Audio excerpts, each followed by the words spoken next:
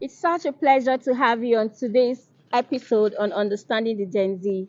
Today we'll be talking about impact of gender stereotype among the Gen Z. So with me we have our wonderful guests. They'll do well to introduce themselves.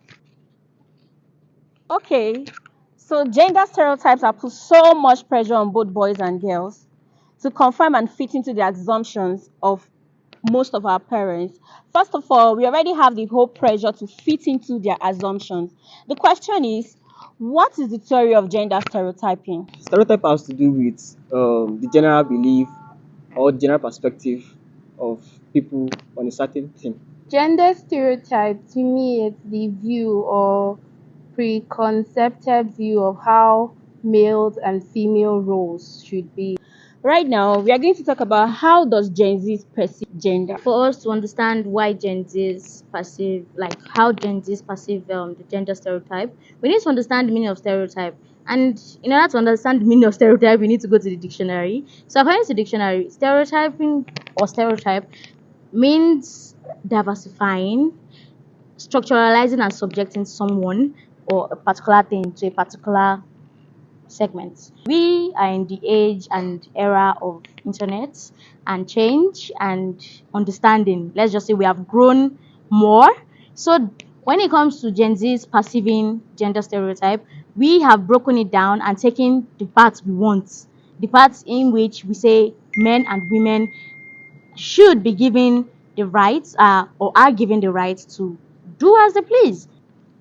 Perceiving gender from a different perspective in the Gen Zs means digital for many people. They see us as digital dogs, digital lions, because we're the first generations that grew up with the internet, and this has caused a lot of backlash on this generation because you seem to get your training or you seem to get your social values from the internet, and millennials and older generations do not quite agree or do not see it as a comfortable way of growing up as a Gen Z.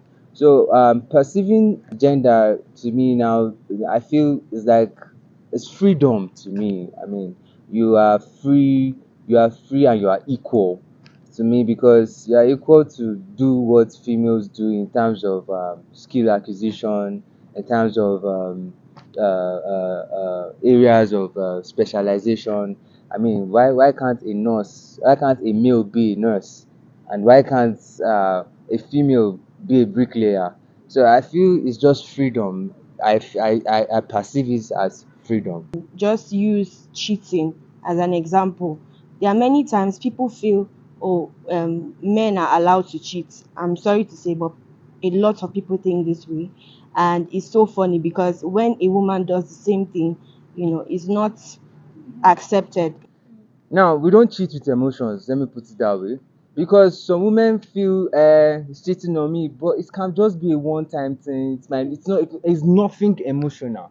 And they believe that when a man, Stereotyping that says men are polygamous in nature is true. I cannot agree with that because you are not a man and you cannot really But go that's in what that. you are saying. That is what That's they what say. That is what society is saying. A man what can you are never, saying. a man that know what is doing will not tell you we are polygamous in nature. He will just tell you that I know how to handle these things. Okay, so my now I you are think asking this that why is do you cannot handle it? because you are emotionally built. You put emotions in everything. But men don't put emotions We in don't everything. put emotion. That Then is why why. do That you is cheat? why. So That it is is safe to why. say that. That is why we can handle many things that women cannot handle. So it is safe to Yes, say that men don't cry. So it's you cannot say it is safe, but it is normal.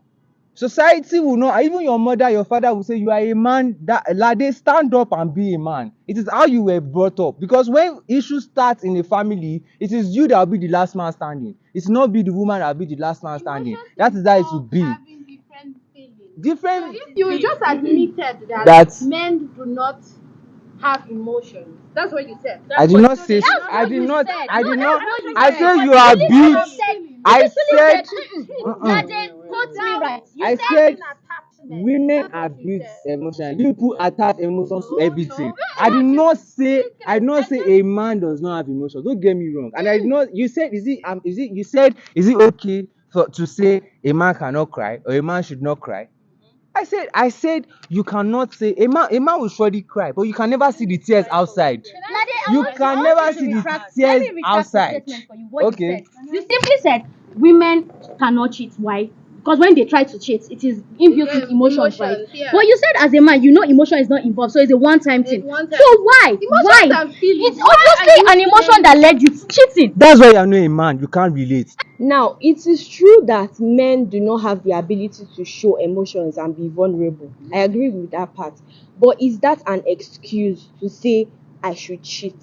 Because you feel like, oh, I have the ability to actually cheat and I will not feel emotions, I will not be attached to the person. Is that really an excuse to cheat? I don't think that should be an excuse.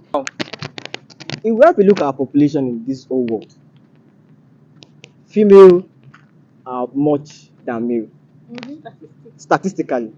So you saying one man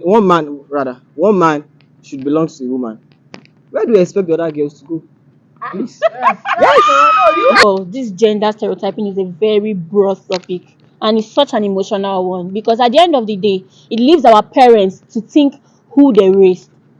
So for the alpha gens that are still upcoming, please, our parents should do better because first of all, one of my colleagues made mention of his mom telling him that you are a man, you have to be a man. Yes, let's not put so much pressure on men. It is time that the societal norms should change the narrative because you have to be a man all the time. A man has emotions, a man has to express how he feels. And secondly, morals should come in, personal core values. You have to instill values on us, the Gen Z and the Alpha Gens, right from our parenting stage. You need to let me know that I have to be disciplined. I should have morals. There are things I shouldn't do as a man and as a woman. So this leaves our parents to know that they have so much job to do on us. Thank you so much for joining today's segment. This is your host, Eboti Belisha.